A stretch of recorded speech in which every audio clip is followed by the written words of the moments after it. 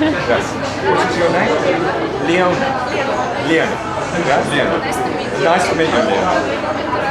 Thank you very much. I had a wonderful time in the cafe with lots of very enthusiastic lovers of literature. Do you think it's still a lot of people like literature in our Yes, definitely. Well, you think that behind your question is the thought that maybe people spend their time looking at screens instead of reading books? No, I don't think so.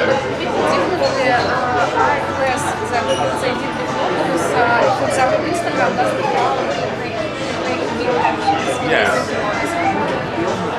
But maybe they do, but they can't all be like that because there are more novels written and published than ever before in human history, and there is no shortage of people writing. In some ways, all that technology makes it easier to write a book now than it used to be. Imagine what it was like.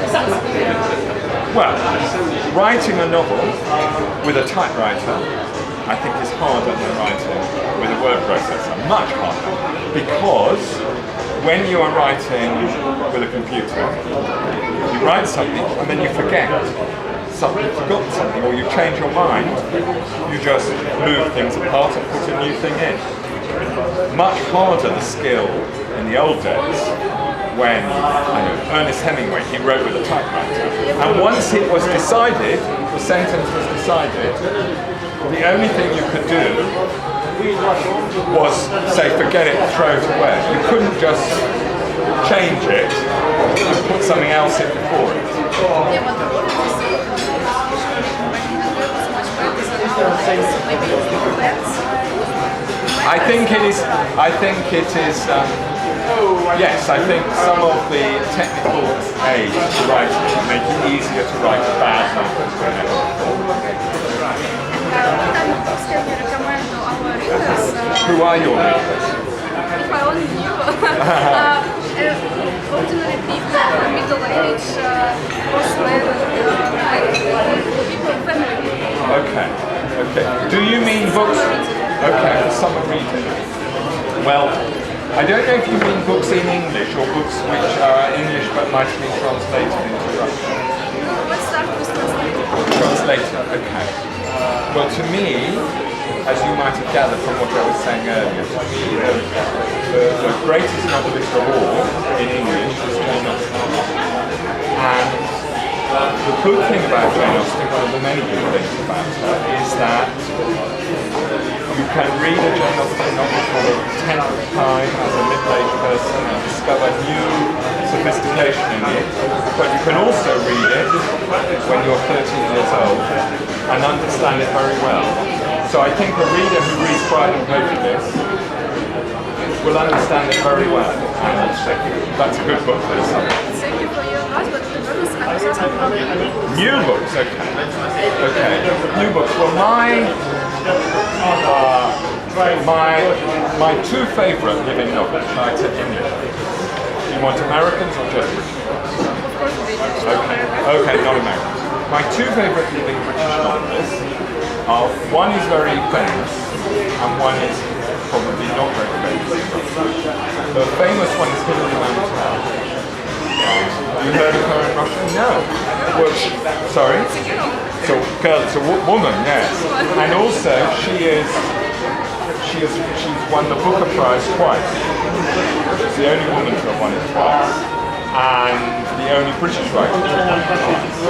And she writes novels about all sorts of things, but her most recent novels are historical novels about Henry VIII. They're very, very brilliant.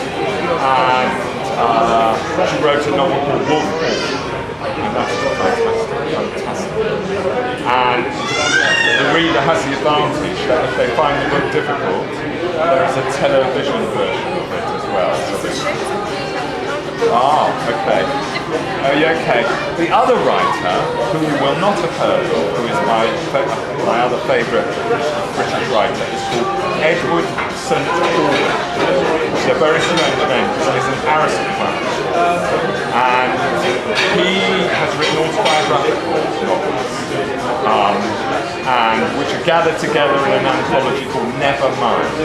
And his novels are very, very beautifully written. And I don't know, I think they probably haven't been translated into Russian, but also, in a way, it would be bad if they were, because the pleasure is in the sentences, the English sentences. So he is, and also a good thing about him, his novels are all very short. And maybe it's a hard question for you, so thank you for your advice. And maybe it's a hard question now, maybe any Russian writers? I don't know any contemporary. Well, because they do, of course they do, of course they do. There is I have a good reason and a bad reason. The bad reason is because I'm lazy and ignorant. Okay? But the good reason is that I'm paid to read. And I never read anything I'm not paid to read. I read to teach. No, it's true, it's true, it's true. Because I read a lot, and I read in order to teach, or to write, or to speak at events like this. And I don't have time to read things that are not going to be part of what I'm teaching or writing about or speaking about. So if I want to read a book, I have to get something to pay me to do it by sounding clever.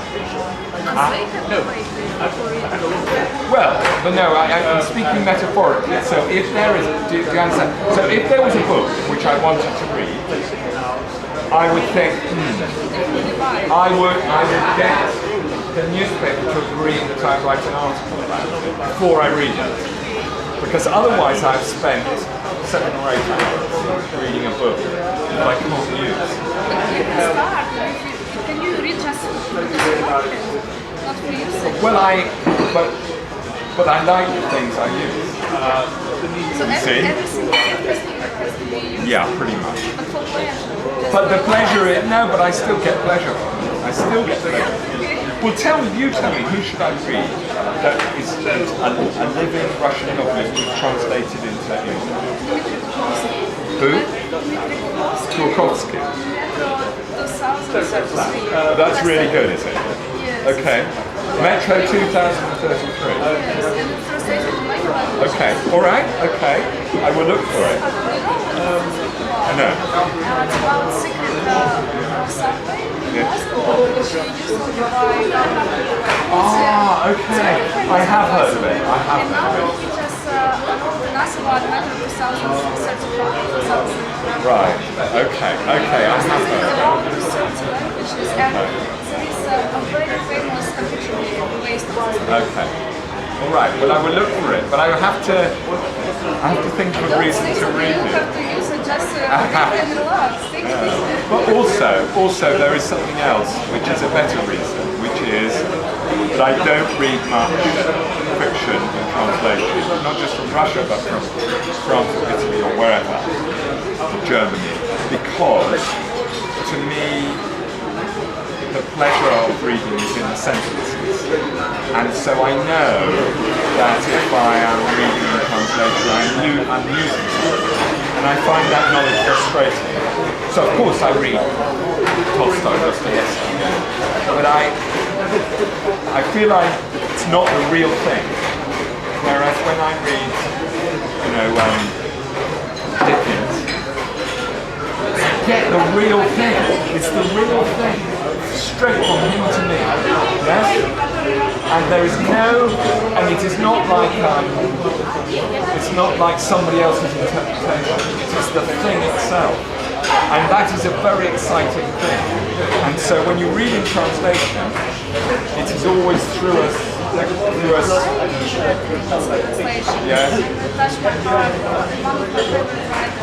What Dickens did you read? Oh, fantastic! Fantastic! Oh yeah, Florence. Yeah. And I give it a beautiful description when this sound was done, like his Paul, yes. Okay, no, of course you get stuck. Of course, and when I read Anna Karenina, I find it very touching. But if you were to read Dickens in English, you would get all that and even more. you would get the amazing sound of his sentence. Thank you so much. Okay, pleasure. To make have a nice day. Okay, you too. Well, I can't watch your name again? Лена. Leon. And who's our camera person? Саша. Sasha. Hi, Sasha.